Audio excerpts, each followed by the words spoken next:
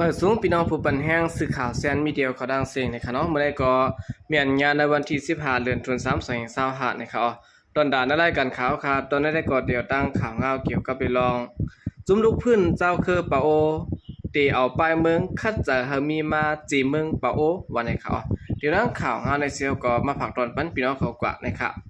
กูปีในพอถึงมาในวันเดือนสิมวนเจื้อหนังไหนนะครับเนาะพี่น้องเจ้าคือปะโอเขาเลยมักมันไว้เปลี่ยนวันเจื้อจัดเจ้าคือปะโอเขากว่าวันไหนครับอยู่ดีมุกจุ่มปะโอเพียนเหนียวโอเพียนเหนียวเอเดดังจุ่มของสีพัดแหล่เสื้อจัดปะโอเพียน F4 นะครับอันซานคัดดึกต่อของสีซึ่งมันในก็ออกเขาเป็นเผาในวันเจื้อจัดปะโอในว่าปุนตาปักเบิงเจ้าอำนาจเตสุดวายเสตาได้ก่อตั้งเมืองห่มตุ่มเพชรแหล่อันมีสุนใดมีมาเจเมืองใหม่นิวสเต็กนั่นเตโฮมมือกันตั้งกูเจ้าเคอขมบารังเจ้าเคอมันวันในเขาคุณมินทุนก่อนเป็นโฮเปาจุ้ม PNFC หมอกลาดกว่าเนื้อบางเกี่ยวปล่อยวันจะจัดโอขอบขบทวนถึง76ปีในว่าเตเอาการป้ายเมืองคัดจะเฮามีมาเจเมืองเมืองปะโอเขากว่าวันในค่ะมือลูกพื้นกำที่1ลูกพื้นกำที่2ตัวนั้นเฮาขาก็เวียนมาอยู่ปะโอเฮาขาเวียนตาเมืองห่มตุ้มอำคาเปิ้นเนว่าเป็นกอบเฮาไหนแหละลองเจเมืองปะโออันวันนั้นมีไว้ในเสตาอำนัดออกมาลูกพื้นกำที่3ได้ก็เฮาขาลัดแตกๆแรงๆเยาะเฮาขาคาไลเจเมืองปะโอเฮาขาเตียวลอกลายปลายเมืองเสร็จแลเฮ็ดสร้างกว่าหนังหือต่อป้อไลวันเมืองเจเมืองปะโอมานะครับ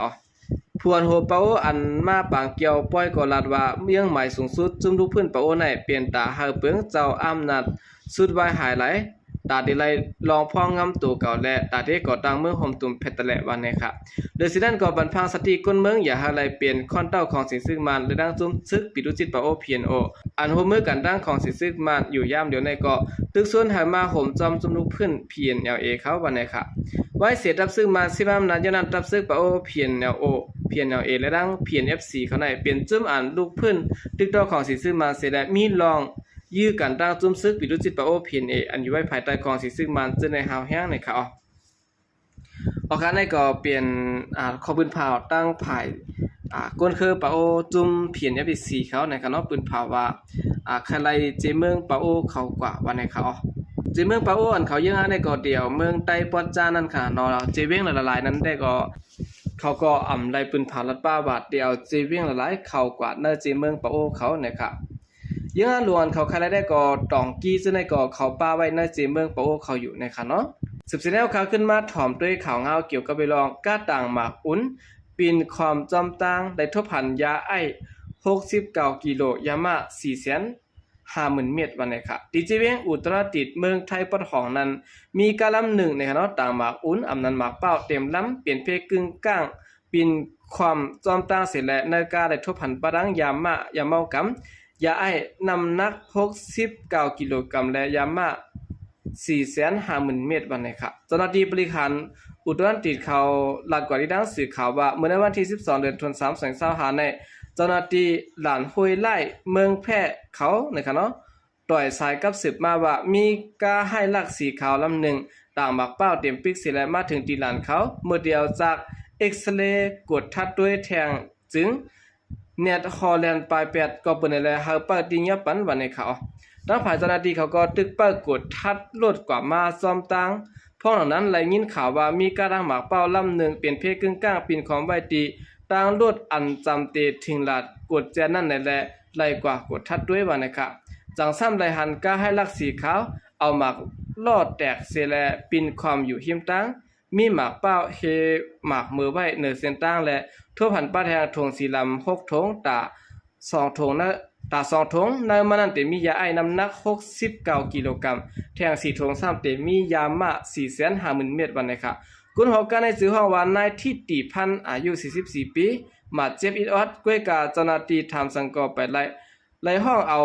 ตั้งตัวตั้งกากว่าไว้ที่ห้องปฏิหารไว้วันนะครับเลยสินั้นการในคณะตั้งฝ่ายเจ้าหน้าที่ยังติงยอบได้แทงการลำหนึ่งอันมาตามกันถางเติมว่าที่เป็นสายเดียวกันเสและในบันเส้นตั้งวันนะครับโอเคนี่ก็เป็นข่าวเงาที่เมืองไทยนะครับรออันตั้งฝ่ายเจ้าหน้าที่เขาติงยอบได้ยาเมากำตินากาตามหมักเป้านะครับตอนดาข่าวเงาสองคนในคณะเลยอ้างอิงเอามาติดศึกข่าวใต้ทีวีได้เขาเตรียมต่างลงไว้มีหนังไหนนะครับ สืบเสนอเฮาขาขึ้นมาถ่อมด้วยข่าวเงาเกี่ยวกับเวลองตับปังเศร้าปุรุตุตกซุ่มเสียและผู้เข้าจุ่มของสิซึกมันไล่ไปเข้าถึงในเมืองไทยนะคะจุ่มตับคมป้องอันซึกย่างเผือกเขียนแนวตับจุ่มเจ็ดอ่อนโหนนั้นเข้าหลอดตึกยื้อตับปังเศร้าของสิซึกมันตับปุรุตุเจเวงลายพ่อยเมืองยังอันติดจับกันตั้งแหลนดินไทยมานั้นเสร็จและลูกจุ่มของสิซึกมันเขาไล่ไปเข้าถึงเมืองไทยวันนะคะสื่อข่าวไทยเขาออกข่าวว่าแต่ในวันที่27เดือนธันวาคม2025นั้นมาตับซื้อหมป้องอันซึกย่างเผือกเขียนอย่างตับจุ่มเจ็ดอ่อนโหนั้นไล่หลอดตึกยืดตับปางเศร้าของสิซึกมันตับปุรุตุมากุวันเสร็จแล้วสั่งยึดเส้นเอาไล่ตับปางเศร้านั้นตอนนั้นขย่ำกันในวันที่14เดือนธันวาคม2025นี่ค่ะนางหื้อปางเศร้าเตรียมตกซุ่มนั้นก็ผดันของสิซึกมันคัดสายตึกเกียรติเขเหกาหาวแห่งเสตะตับคมตุ้มเขียนตับกองเจ็ดอ่อนโหนั้นซิมเอาไล่ปางเศร้าปุรุตุนั้นออกมาเลยกว่าวันนะครับเนื้อปางตึกในภูเขาจุ่มของสิซึมันและลูกตายตั้งนำสิและก้นซึกกำพองเลยไปเข้ากว่าตั้งเมืองไทยและหูจอมหนังในนะครับ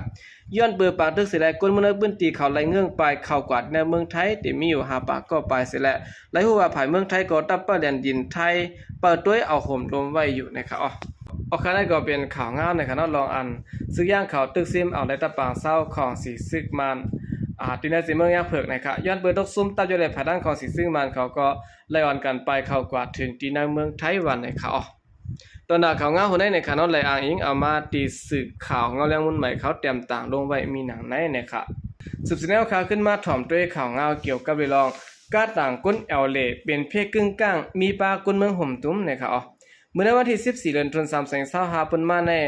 เขาย่ำกันในเจ้าเมืองไปแล้งนั้นกาต่างก้นแอลเล่ไล่เป็นเพศกึ่งกลางผาหญ้าเสาไฟฟ้าเนินเส้นด้านหลวงเพชรเกษมตีปอก2เอิงเขาย้อยเจเวียงเขาย้อยตอนเพชรบุรีและเฮ็ดให้ก้นอันขี่มาเหนือกานั้นไล่ร่างหมาเจ็บเป็นก้นเมืองห่มตุ้มตา12ก็ก้นไทย15ก็อีกปรางก้นอเมริกัน9ก็และโฮมทั้งหมดที่มีอยู่36ก็ในซื้อเขาในตา3ก็หมาเจ็บเฮาแห้งไว้ว่าไหนก้นหมาเจ็บจะในคณะผาด่างภูมิปุนพรเขาไล่ส่งยุทธยาตัวไว้ตีห้องยาเขาย่อยและห้องยาพระสอมเก้าตรอนเพชรบุรีกว่าในเขาจอมหนังในดองถามตีก้นฮอกาเลยลาดว่ามันไหลหับก้นจะในลูกดินในเจดอนละน้องเสร็จดีกว่าส่งตีเวียงหลวงเมืองเกาะก้วยกาเมื่อถึงขย่ำกลางขึ้นซ้ำเงานอนและเฮ็ดให้กุมทิ้งรถกาอ่ำไหลเสสั่งไหลตกข้างตั้งกว่าผายาเสาไฟฟ้าวันนี้ครับไว้สินั่นก็พระด้านตนดีปริกไทยในห้องเอาก้นเจือนขี่กว่าจอมรถกาอันเป็นเพศครึ่งกลางนั้นกว่านางปฏิโคงปริกเขาย้อยจรันเพชรบุรีเสียแลขึ้นกับสืบหารถกาหายกว่าฮับเจอเขาสืบออกข่าวตั้งกว่าแทงวันนี้ครับออกคณะก็เป็นข่าวเงาเพศครึ่งกลางตีเมืองไทยใน